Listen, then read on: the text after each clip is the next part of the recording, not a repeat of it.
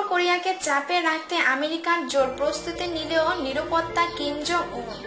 উত্তর কোরিয়ার পক্ষ থেকে উঠে এলো এমন এক ভিডিও যা যুক্তরাষ্ট্রকে যে আবার চিন্তায় ফেলে দেবে এমনটাই মত অনেকের। তৃতীয় বিশ্বযুদ্ধের একটি কাল্পনিক ভিডিও প্রকাশ করেছে উত্তর কোরিয়া, যেখানে দেখা যাচ্ছে উত্তর কোরিয়ার মিসাইল হোয়াইট হাউসকে ধূলিসাৎ করেছে। শুধু তাই নয়, এই মিসাইলের নিশানায় রয়েছে মার্কিন রণতরীও। প্রায় 2.5 মিনিটের এই ভিডিও মার্কিন সেনাদের দিয়ে শুরু হয়ে ওয়াশিংটনের পরমাণু অস্ত্র হামলা দেখিয়ে শেষ হয়েছে। শুধু তাই নয়, এর অডিওতেও আমেরিকাকে ধূলিসাৎ করে দেওয়ার বক্তব্য উঠে এসেছে।